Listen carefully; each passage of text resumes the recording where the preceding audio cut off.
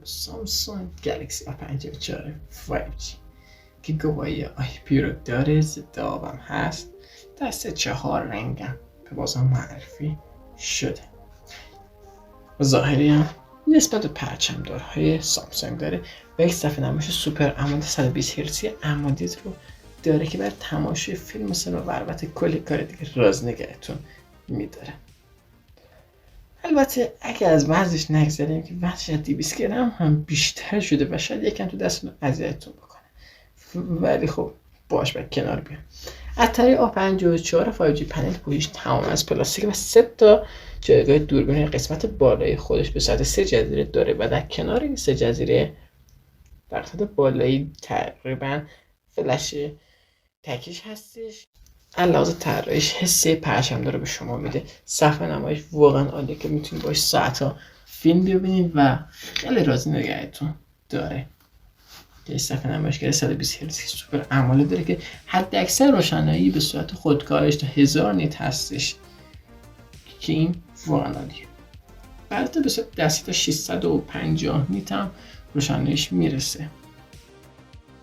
خب میریم به داخل خود موبایل که پرزندش اگزینوس 13 شده، ساخته خود سامسونگ هستش که بر پایه چیپست 6 نانومتری تعبیه شده که خیلی بینه هستش و مصرف باتری خیلی براتون کاهش میده. این واقعا فوق‌العاده است. سامسونگ خیلی روی این مانور داده از پارسال که میشه میانه مقصد الان A54 شد 4 سال آپدیت نرم افزار و 5 سال آپدیت امنیتی میده که این واقعا فوق‌العاده است و رابطه کار بشم واقعا رابطه کاربری روون و فوق‌العاده راحتی هستش که شما خیلی خوب میتونید باش کار بکنید و کل ویژگی دیگه داره. البته ولی به تو بخش بازی کردن که لگ و باگ رو شما اصلا داخلش حس نمی‌کنید و خیلی گوشی خوب و روونه و اصلا داغ نمی‌کنه آنچنان و خیلی دمای باتری و افزایش نیمه نوسانات زیادی رو نداره. گواهی آی پی هم که بهتون گفتم که خب خاطر جمع برای فول شارژ شدنش هم که تقریبا زمان 1 ساعته رو نیاز داره. دقیق‌تر بخوام بهتون بگم 63 دقیقه طول می‌کشه تا اینکه باتری 5000 میلی آمپر ساعتش رو بخواد شارژ کنه. دومش رو بخوام بهتون بگم از جمله اصلی شروع کنیم که مثل یک پرچم داره. البته تقریبا که 50 مگاپیکسل، دومش اولترا وایدش 12 مگاپیکسل و یه ماکرو 5 مگاپیکسلی رو داره که فقط هستش و دیگه نشانی هم از سنسور تخصیص عمقش نیستش. عکسی که در طی روز میگیره با جزئیات بالایی هست و رنگ رو زیاد مصنوعی نشون نمیده و عکاسی در شبش هم 254 سعی میکنه که جزئیات کاملا صفا و تعادل زیادی رو موفق شده. خب و در آخر هم میرسیم به نکات منفی و مثبتش. بریم نکات مثبت و نکات منفی. نکات مثبت تمامی استانداردهای آی پی رو داره و خاطر شما رو جمع میکنه. آی پی 67 داره که در برابر گرد و غبار و تا عمق 1 متر زیر آب هم به مدت 30 دقیقه واقعا عالی و نفوذ نمیکنه.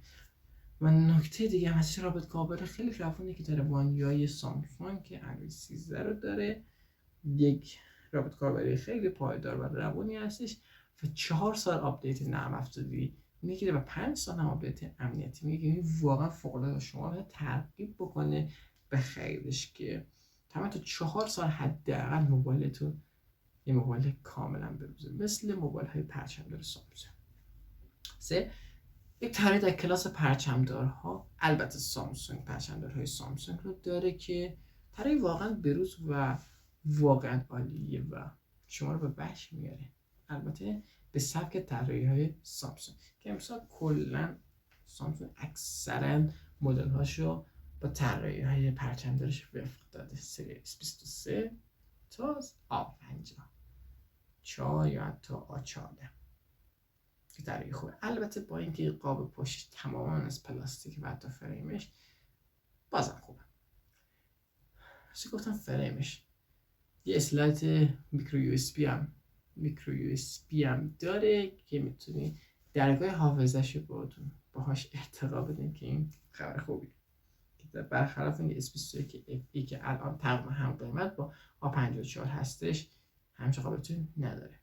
دوربین واقعا فوق العاده، البته به نسبت بازی قیمتی که داره براتون فراهم کنه که دوربین اصلیش 50 مگاپیکسل و واقعا فوق العاده است. حتی عکاسی در شبش نایت مود فوق العاده ای داره. نکات منفی هیچ چیزی نداره تو جعبش. خبری از شارژر 25 ولتیش هم حتی نیستش که برخلاف رقبای شیائومی و چینیش که شارژر هم برای اون جعبه دارن. خبر بعدیش هم اینه که سرعت شارژش هم نسبت به رقباش مخصوصا شیائومی، اوپو و خیلی رقبای چینی سرعت شارژ خیلی پایینه. 25 ولت تقریبا 1 ساعت طول میشه موبایل فول شارژ بشه. برخلاف شیائومی 12 تی پرو که زیر نیم ساعت گوشه شارژ 120 وات سرعت شارژشه. و یکی دیگه از معایبش هم جنس تماما از پلاستیکش هستش که حتی پلاستیک خیلی با کیفیتی.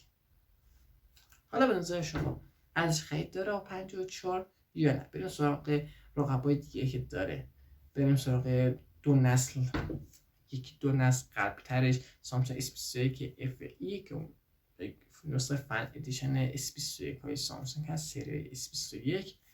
یا اینکه به سراغ ردمی نوت یا اینکه به سراغ ردمی نوت 12 پرو پلاس یا کل رقابای دیگه که داره. نظرتون خوشحال میشین در کامنت ها در مورد سامسونگ گلکسی 5 5G بگید. تا ویدیو بعدی از اسمارت نیوز به سمت تکنولوژی چرا